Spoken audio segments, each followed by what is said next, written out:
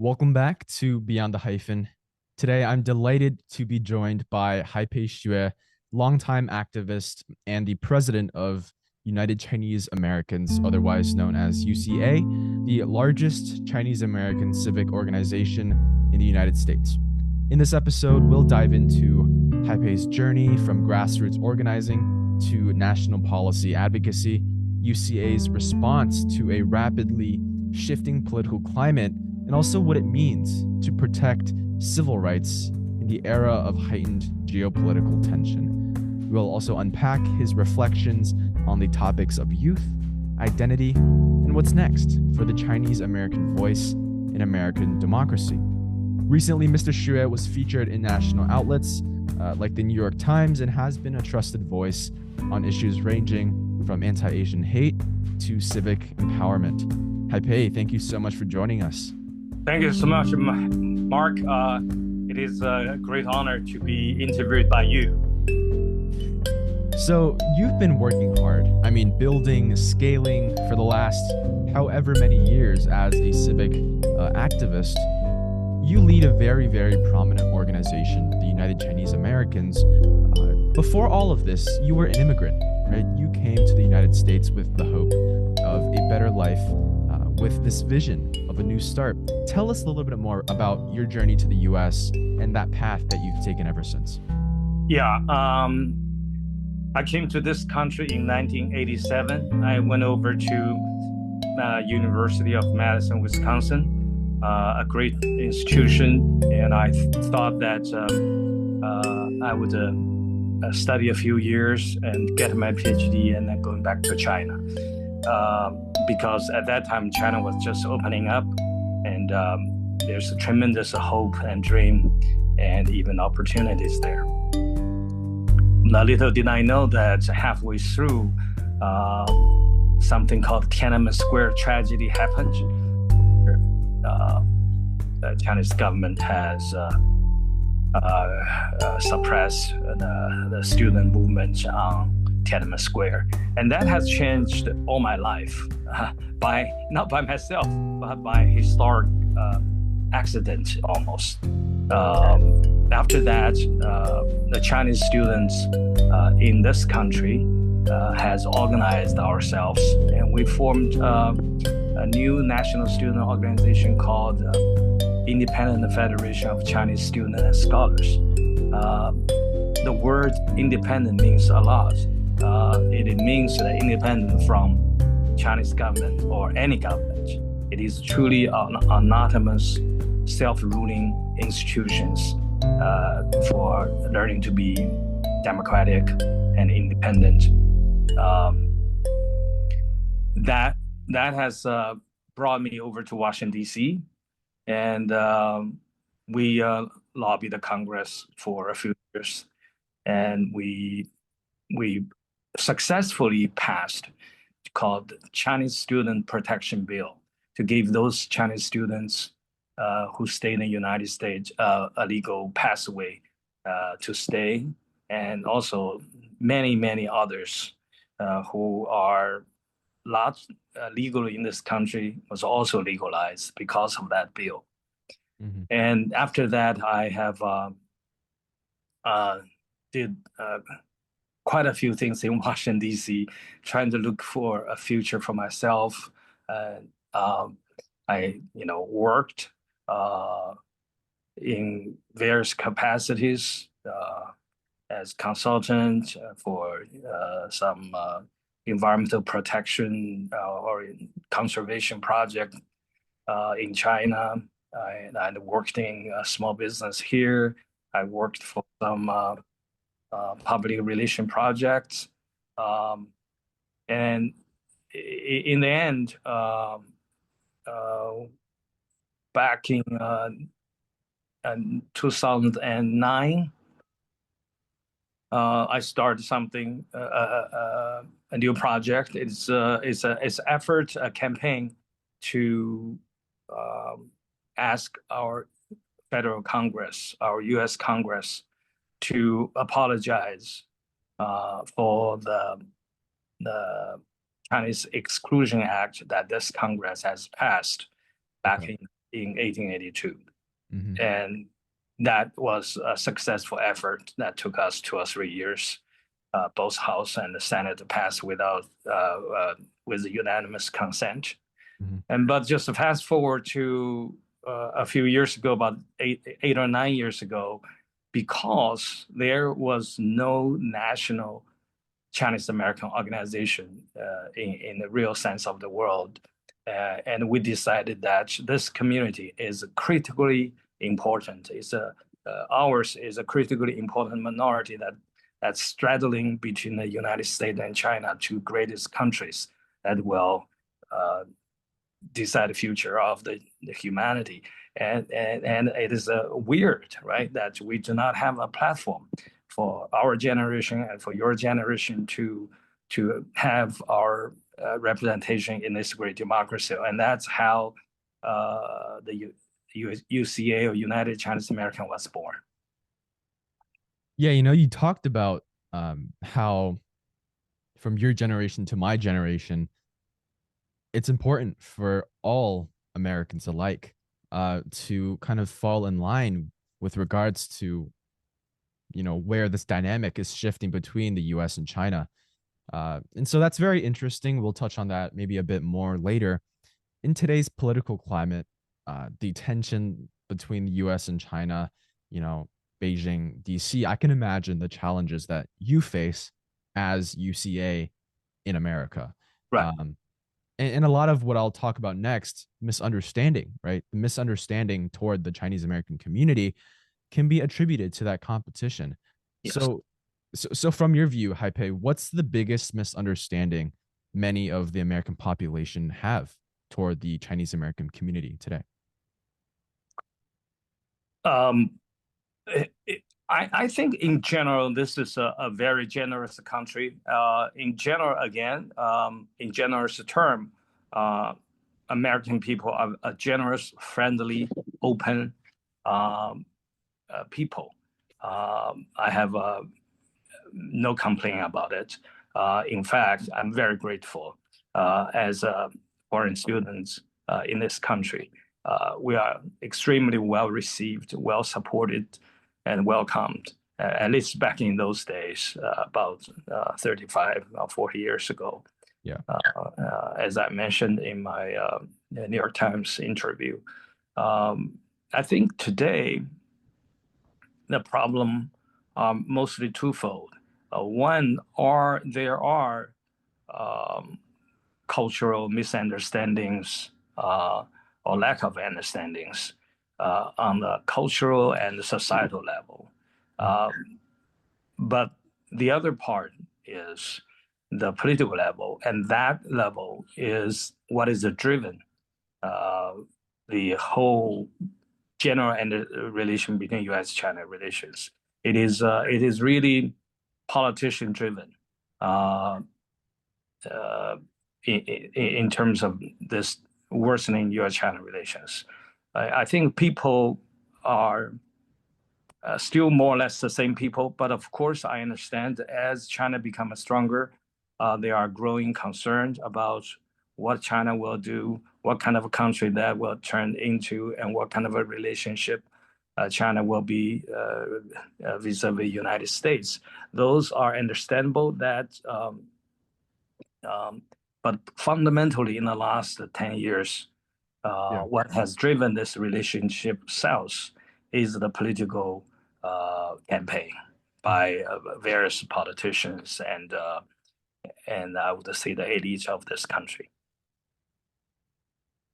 Yeah, like you said, you talked about how in your New York Times interview, you mentioned that you were very grateful, right, for how you were received by the American people 35, 40 years ago. Um, but obviously, it's 2025. We're moving towards this very, very polarized political climate. That's just one fold, like you said. The other fold uh, is a bit more flexible. But when we think about all of these initiatives that United Chinese American does, and even not just only UCA, right? Other cultures, other organizations, at the center of all of these or many of these, is the idea of our youth, our young people. Um, and so I know you've mentioned in your interviews and in your press releases that the youth are very different from your generation and even before. So can you break that down for us? How are Gen Z millennials? How are they different from uh, your generation in terms of advocacy and civic work? Yeah. Before I get to that, can I just add quickly what I should have said in answering your last question? Absolutely. And that is the public opinion towards China or Chinese people. And I have emphasized the political level, but there is still a very strong residue of misunderstanding or ill feeling or suspicions among the average people. There are two polls that caught my attention. Um, I just don't remember the source, but it's very well known and quoted. One is about Chinese Americans. I think something like quite a big number, 30 to 40% Americans think that Chinese Americans here in this country are not trustable. They doubt their political loyalties to this country. And the other poll that specifically polled, so this is not just towards Chinese. So the other poll is about Japanese. That poll says that for even until today, after two generations past the World War II, after all this education, all this historical studies, all this uh, uh, education, culture, movie about the Second World War and what happened there regarding Japanese American, up to 40% Americans still believe that it is necessary to control the Japanese population during the Second World War in this country like the way they did. Right. So it is, that was really a shocker to me. Yeah. Okay. So back to this question on the difference of your generation and my generation, that is obviously a huge difference. I think the biggest difference is ours is the first truly immigrant generation, like your parents. We didn't grow up here. We came here in our, in the early, mid, or late 20s, some even in their early or mid 30s. And we came mostly as graduate students to this country. Um, and our mindset is different. For many of us who came in the 80s, even in the 90s, we were thinking about, get a great education, get a degree, and go back to China and to make that country better Mhm. in every sense of the word. Um, so at least on the first 10 years or so, I wasn't thinking of becoming an American citizen. I wasn't thinking of how to live my life as Chinese American, so to speak, right? It Okay. is a kind of very gradual, slow process. And because of that limit, um, you don't look at the societal life here, the community life, the civic life, as serious as you should have. Right. You're watching U.S.-China relation things. You're paying a lot of attention to what's happening there in China, and all of that, and not much to Chinese American, Asian American, or just American society here. Um, but that gradually changed. So for ours, um, we came from China with huge deficit in civic participation and political engagement, Mhm. uh, that kind of public and a civic life. We're not prepared for that, and we're pretty bad about that. We probably don't register a lot. We probably don't turn out to vote or participate That's happened to all of us. And we don't feel an innate, organic relationship between our efforts and the change of our efforts could do to this country, to the society that we're living in. So we didn't see that connection before. Mhm. But for your generation, I think it's a very different. Yours is one that's born here mostly, grown up here, and fully acculturated to American way of life, although still with some limits at your home mostly because of who your parents are and that family environment you go through. Um, uh, I think your generation is a lot more um, active, uh, a lot more socially aware, a lot more generous towards others, a lot more vocal. Um, but in some other sense, your generation, at least from a parent's perspective, are also we're not that happy. Is you may be losing, for example, your language, right? Even if I think most of you could speak some kind of colloquial daily Chinese, but that is definitely far from enough. And without the language, what kind of people are you? So cultural roots. Culture roots is losing. Yeah. Yeah, although I'm aware that a small minority of you do keep that up very well, but it's a small minority.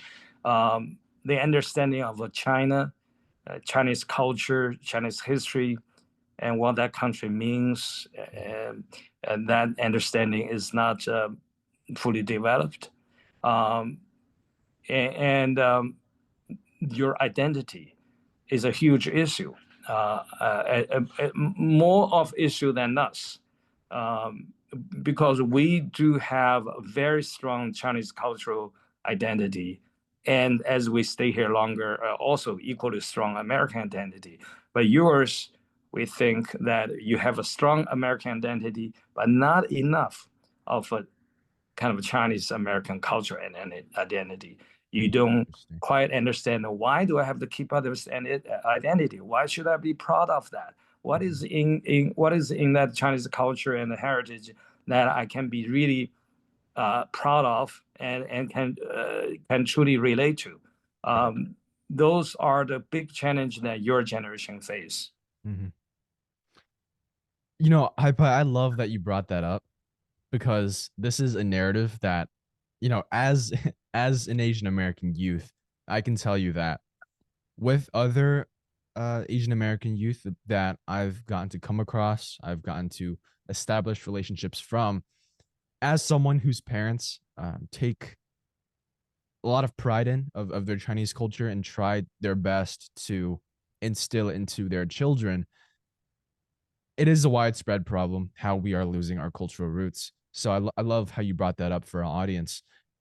Speaking of our youth, right? Let's shift from immigrants or second generation immigrants to students that are still in China, born and raised in China, looking to, like you guys, but just now, um, to be international students, right? And then to maybe go back to China or stay here and make a life for themselves.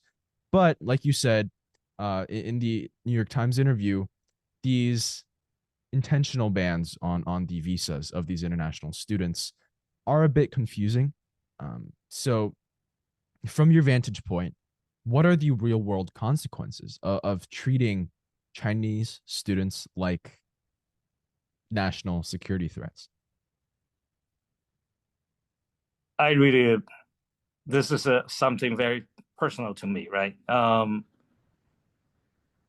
I think that for the most part, um, this this new action taken by our government to view Chinese students as a national security threat is just simply put it wrong. Um, there are barely any cases where there's a typical Chinese American young student, Chinese student come from China, a young student going through high school or college or even graduate school that was caught um, uh, to work for Chinese government illegally. There are very few cases like that. Um, so on an empirical level, we don't have any data to prove and support such a concern. But then you can say, oh, we do not mean spying or espionage. We mean that these students will learn something critically important to the future American competitiveness, and they brought that back to China, and then somehow help the China to compete and even surpass the United States. In a very general sense, you could say that, but I would say that those narrow area of technology advantage. This is this is an open world today. This is an internet-based age. The scientific community keeps all of their basic research in the open international journals every single month. Right, all the major basic research are put it there. Now, give an example: UC Berkeley and all the fantastic research they have done there. Mhm. As long as it's good enough, it will be printed Right. or be put into the scientific journal. The scientists also communicated exchanges on a regular basis. Even if we do have a few area where we have some edge over China, that little edge that we have um, does not really um, um, does not outweigh the huge benefits that a large number of Chinese students studying here um, could bring to a better U.S.-China relations and better Chinese society, and therefore a better world. Yes, there are some of these concerns on a very narrow sense. It is justifiable, but in a much broader sense, Okay. it is nothing. So to bring that up either on a spying or espionage level or on a more generous, or Chinese will learn something that therefore make China more competitive and better than us, those two concerns in this day and age is to use those two concerns to have a drastic limit and cutting Yeah. into the number of Chinese students is wrong, and it's unjustifiable, and it is actually hurting the United States. Yeah, I agree with you. I mean, right, as a student, as a Chinese American student, a proud one, here in the US, it's unbelievable to, I don't know, like put myself in their shoes, look at me from their perspective, and to see myself as a national security threat, right? You know, No, how you're much. no, even if you're Chinese American, you're gonna caught in this tug of war between United States and China. Oh, Don't think, absolutely. yeah, don't think, oh, Absolutely. I'm American, so I can be immune from this. No, no, you cannot be immune from this. And you will be going through a lot of experiences where you think fair or not fairly Mhm. that our own government are putting some limits on you, even as American citizens. So that's already happening. Yeah. So I think your generation better take this issue seriously. Yeah, I mean, immigrants have done so much for the country. You know, we're absolutely, uh, or I'm not an immigrant, but immigrants are absolutely a cornerstone of this country. Um, and speaking of the Chinese American community, politics, you know, this struggle that we often face of invisibility. What do you think Chinese Americans and maybe even other uh, cultural immigrants can do. What can we do to gain more quote unquote political power, to start being more and more visible? Or what do we need to stop doing? Right? It goes both ways. Um, that is a huge question and issue, right? How do we change ourselves? And change is very, very difficult. Right, and it's rooted in culture. I know, Exactly. the perpetual, That's uh, right. right, minority, the minority, the model minority is something that many Chinese Americans, Asian Americans, um, follow up until this day. So yeah, please. Um, it is it is really an issue that takes so many efforts on so many fronts to tackle it. Uh, it. It is personal, family, community, right? Um, that every every aspect of that has to work together uh, to make it right. Mhm. Um, I think that for Chinese community specifically, I think we have a lot of role models to just to learn from them. Um,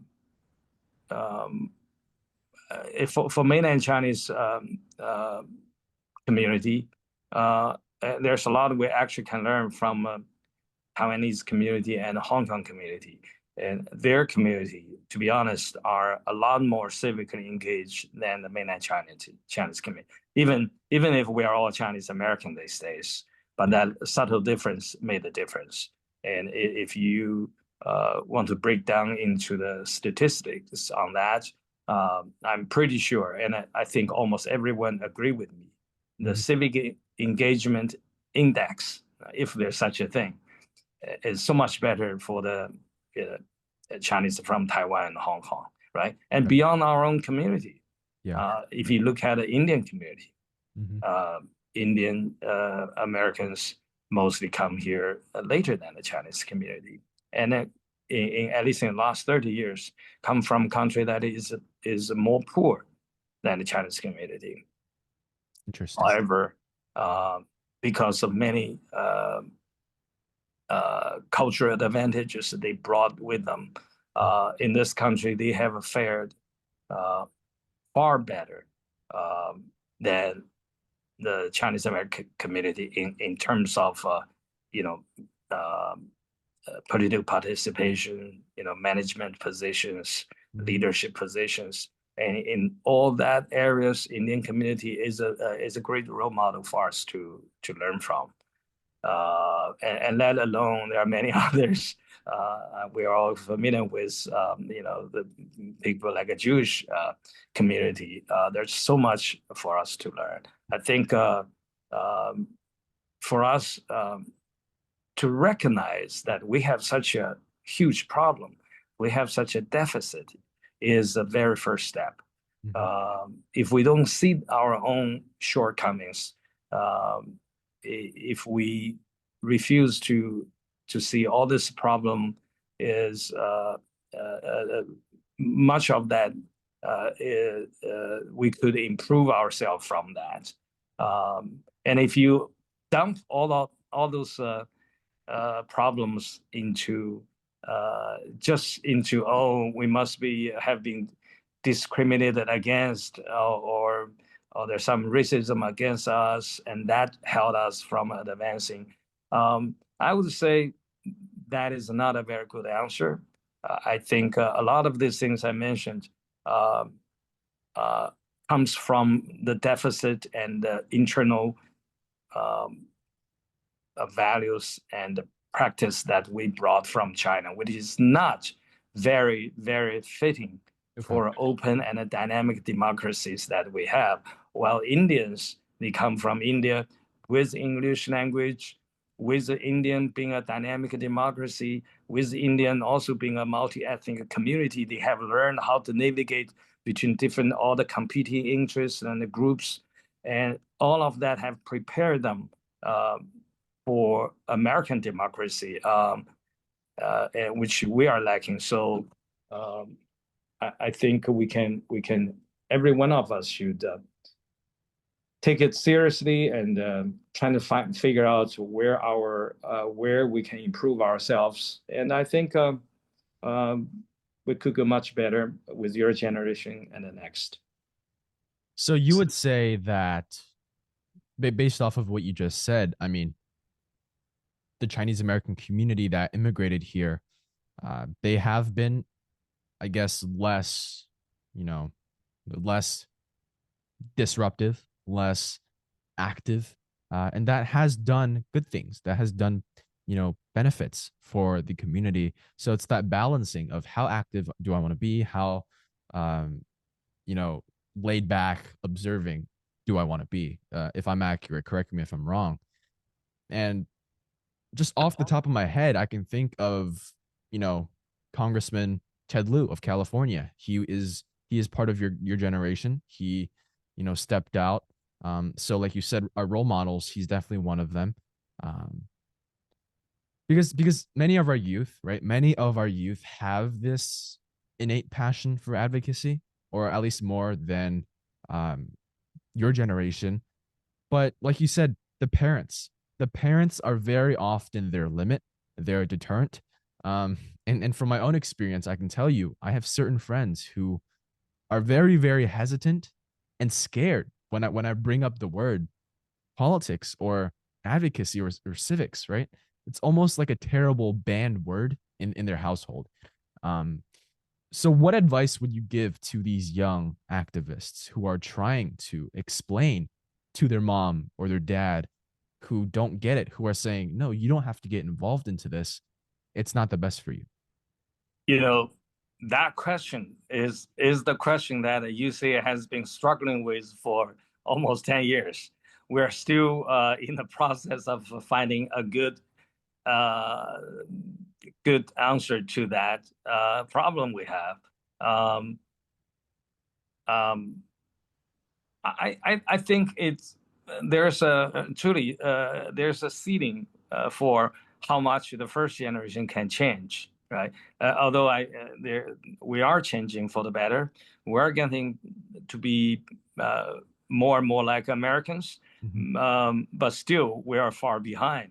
Um, I think one thing that is helping us now, and in a very unfortunate way, and that is this worsening U.S.-China relations that changed both atmosphere and on the real political process, like law making, that has made Chinese Americans for the first time, after living all these wonderful years, peaceful, no problem years. Now many Chinese Americans, including those parents of the kids that you just mentioned, Yeah. they came to slowly realize that the old way of living is not sufficient, that um, their kids, even if they have prepared them, invested them for all these years, have good test scores, went to good schools. At the end of the day, finally they came to realize that's not enough, and that's not a guarantee for the Chinese Americans, our own American dream, for our being treated equal. Uh, and the answer to that is um, to to mobilize the community to be uh, actively civically engaged and politically participating in this country. I think that in general helps. But really, I have the exact same question that you have. How do I talk to those parents as a peers, as a co-equals? How how do I tell them that they should be more civically and politically engaged? Um, uh, we probably will have to, on the one hand, to live with that, with the first generation. On the other hand, trying to make some incremental improvement. Although even incremental improvement over 5 or 10 years still means a lot. For one thing, I can tell you, our community, at least the new immigrant community, does not have a habit of doing charitable giving or political giving, Mhm. right? But I think in the last few years, it has changed much for the better. Our political donation and our charitable donation has all uh, goes up a lot. Even that going up a lot is still fall way short of the other active communities, right? But it is a big progress in the last 10 years. So yes, there are still some hope of that. I think increasingly, especially in terms of UCA, we have uh, decided to invest a lot more with our limited resources into the next generation to create a healthy, wholesome ecosystem Yeah. for your generation, where um, that ecosystem will make your generation far more uh, politically and civically competitive and equal in this society. Mhm. You know, many organizations like UCA have limited resources, and I kind of want to harp on that before we move on to the next question. It's always about how can we allocate these resources to combat both the short term, but also invest into the long term. And inevitably, that brings us back to the topic of our youth, right? How can we, or taking a step back, actually, if we make those investments, it's also very, very threatening to think about how the youth won't take advantage of those investments in the future because of current circumstances, right? And so I'm glad that most of it is going well. Most of it is I know you guys just hosted your annual or inaugural leadership training for the youth. Um, and there are challenges that were faced, but I believe in looking forward with this positive mindset, right? So my next question for you, Haipei, is what was a moment, big or small, that reminded you that the work that you are doing is actually working, meaningful, and getting into the community? You know, the community work and especially uh, work in the Chinese community is extremely difficult. Mhm. Um, I sometimes really came to doubt about what I'm doing. Sometimes I'm trying to get validation from others, almost in a very naive way. Say, hey, do you really think what I'm doing is right and worth it? Why couldn't I spend more time like doing something uh, not necessarily making money, but like let's say doing some research and writing a few books. I have quite a few book writing plans being held up because of the UCA work. So you think about that a lot. You're tired. You might have some fights with others. You have you know, disappointments with others or organization that has a promise fund without giving that to you, and a lot of these daily grinding issues. Um, but the for me, I think my life is blessed in several such moments.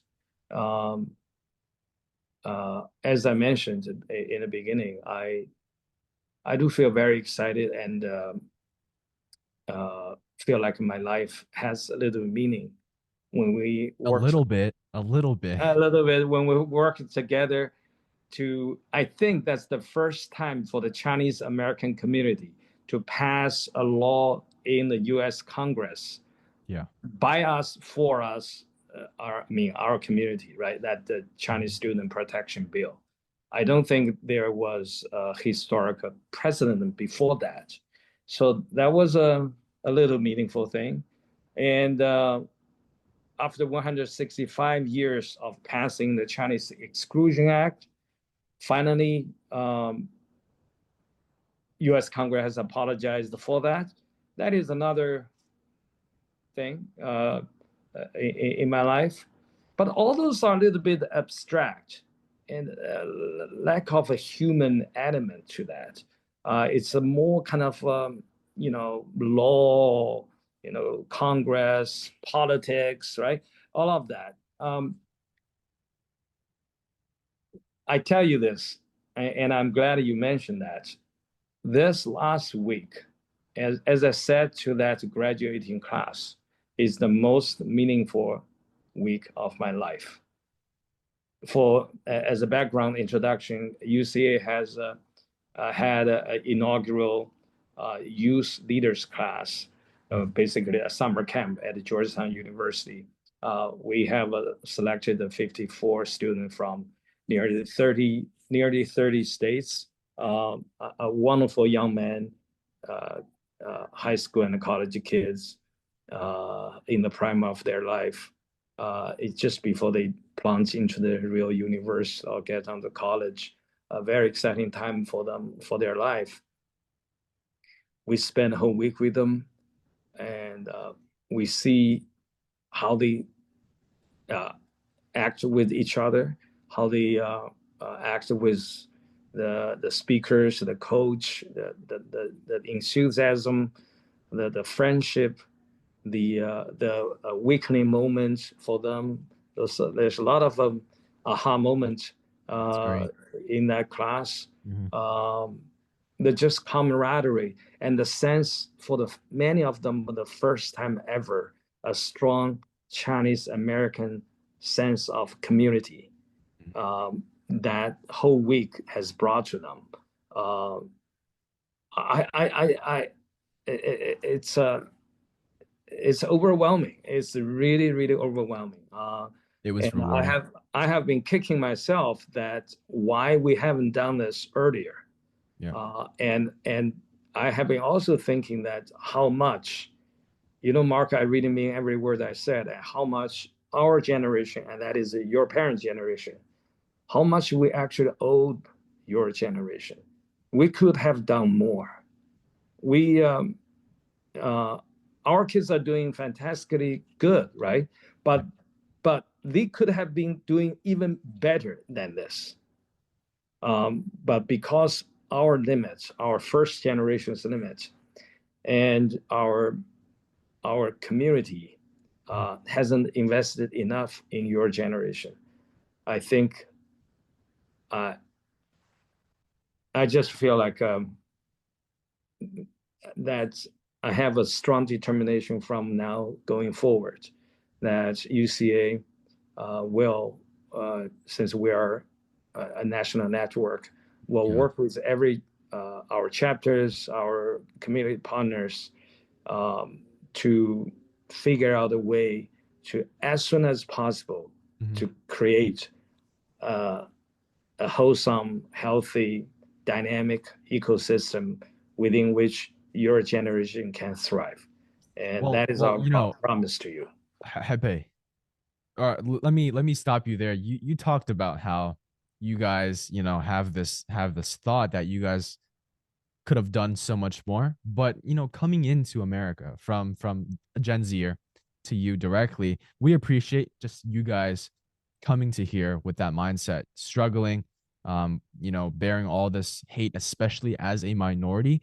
But then you guys also have that mindset of, what can we do for our kids to make them even better?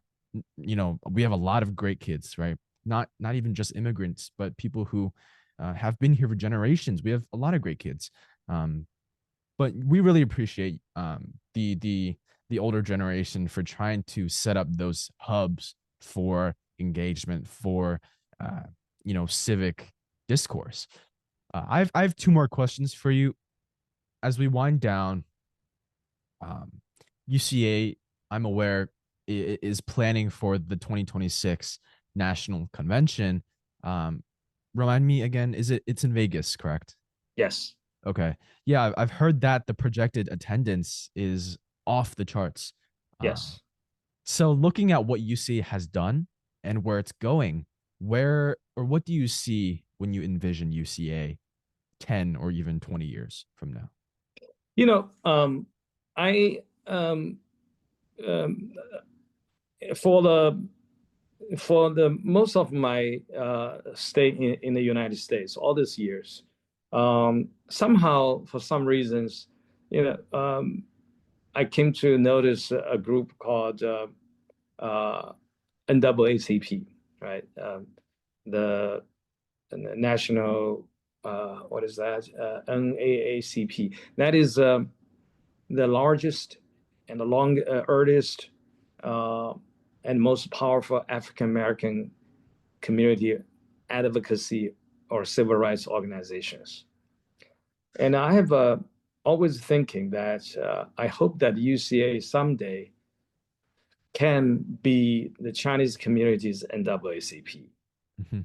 Uh, that it will be an organization where older generation or younger generation, everybody in the Chinese community, when you have a problem, when you feel like you're having really discriminated against, or when you have some great ideas to advance a whole community, there's organization that you can pick up phone and call, right? I that is and my dream.